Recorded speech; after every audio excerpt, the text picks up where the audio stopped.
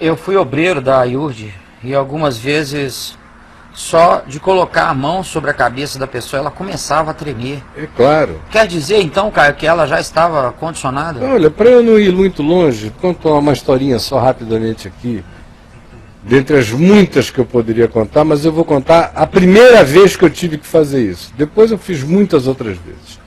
A primeira vez, para ninguém ficar assim achando que eu estou falando fora do tempo e espaço, eu estava numa reunião de quarta-feira, o pastor Paulo Brito, a mulher dele, a Claudete, são minhas testemunhas.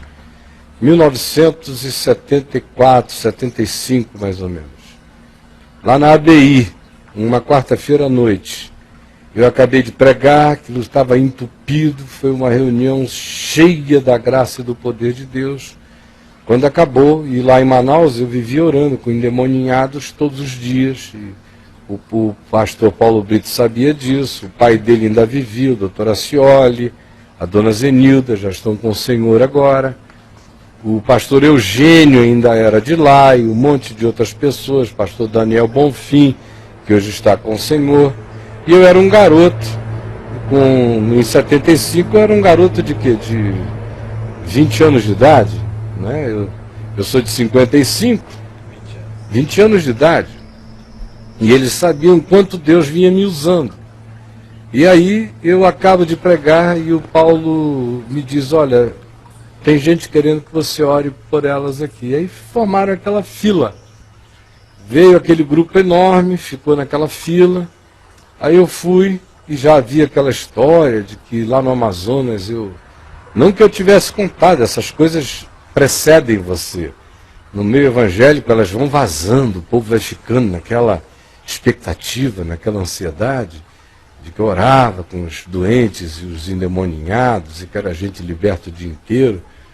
Pois bem, embora eu não tivesse falado nada, eu nunca fiz propaganda disso, morrerei sem o fazer, o fato é que eu botei a mão na cabeça do primeiro, quando eu comecei a orar por ele, ele caiu possesso. Aquele estava possesso, o primeiro.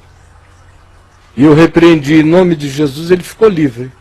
Aí tinha uma fila de 40, 50, 60, sei lá mais quantos atrás. Aí quando veio o segundo, que eu já botei a mão na cabeça dele, antes de eu colocar a mão na cabeça dele, ele já foi tremendo todinho e caindo. Eu falei, esse negócio não tá bom. Aí eu nem dei ênfase à libertação, eu só disse, Jesus, dá paz ao coração desse senhor, você está livre, pode levantar em nome de Jesus, vem cá que eu vou te ajudar. Já não tratei de possessão. Aí vinha uma menina bonitinha com o noivo dela, ela com naquele tempo usava umas sainhas curtinhas, pernas roliças, bonitas, um bustier, noivo alto, um garotão bonitão, e ela veio assim nervosa. Quando eu fui botando a mão na cabeça dela, a garota já despencou. Pá! Aí é que eu vi que não tinha demônio nenhum. Que era condicionamento, sugestão, medo, pânico, a relação comigo, porque a essa altura eu estava imantado. Aí está o homem ungido. Se ele puser as mãos, as pessoas caem. E já começa na cabeça do indivíduo. Imagina, numa mente fraca, o sugestionamento, o condicionamento, a indução que está presente. Isso sem você querer. Imagina você induzindo, fazendo, incentivando e enfatizando. Isso você trabalhando contra. É assim? Imagina provocando. Aí quando eu ia botando a mão, ela caiu. Pá, eu olhei e falei, coitada, ela já está toda condicionada. Aí eu me ajoelhei ao lado dela e falei no ouvido dela. E o povo lá, aleluia, aleluia, porque o povo não discernia também, né?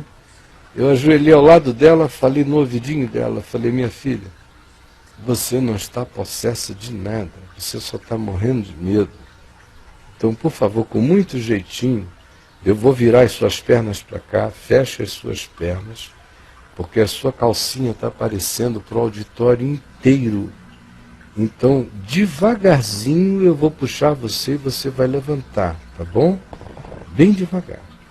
Vem comigo agora, eu vou te ajudar. Aí eu fui, levantei ela bonitinha, assim, ela com os olhos olhando para mim. Eu falei, filha, você não tem nada.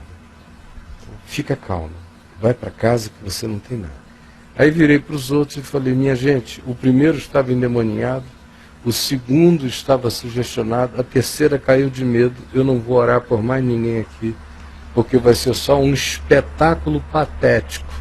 Ao final vocês vão dizer que eu expulsei 60 demônios aqui, que foi uma coisa maravilhosa, mas Jesus não teve glória.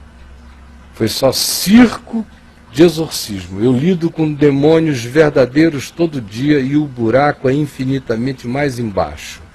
Em geral, nessas reuniões de massa, o sugestionamento, o condicionamento, produz em 98% dos casos esse tipo de fenomenologia, que não tem nada a ver com possessão, tem a ver apenas já com o estereótipo do psiquismo demoníaco, que não tem brasileiro que não saiba como é esse estereótipo, que não tem nada a ver frequentemente com as verdadeiras possessões que acontecem de modo grotescamente diferente do estereótipo.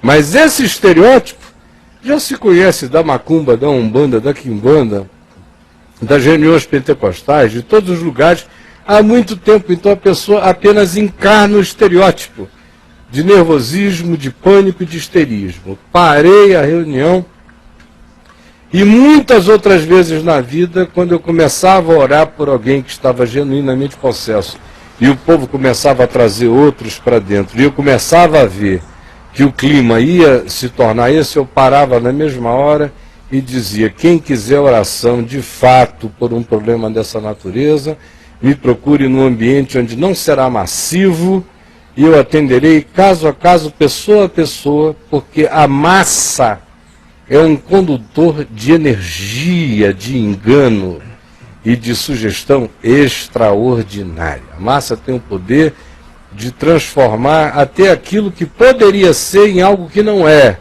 pelo pânico ou pela adesão que o inconsciente do indivíduo faz à expectativa coletiva de que assim seja. E aí se torna de maneira fajuta, não de maneira genuína e verdadeira. E é uma das razões pela qual os produtores do engano fazem questão de transformar indivíduos em massa, massificando a mente e o olhar. É verdade. É o primeiro passo, né? É isso. Tem que massificar para poder dar certo. Tete a tete, vis a vis, face to face, homem a homem, mulher a mulher, encaramento, sozinho, num lugar à parte, eles não querem. Eles querem massificação. Por isso eles fogem da pessoalidade, do vínculo pessoal, fechado, quieto, sem observadores impressionáveis. E aí, brother? Desperformatizado Desperformatizado não serve. não funciona.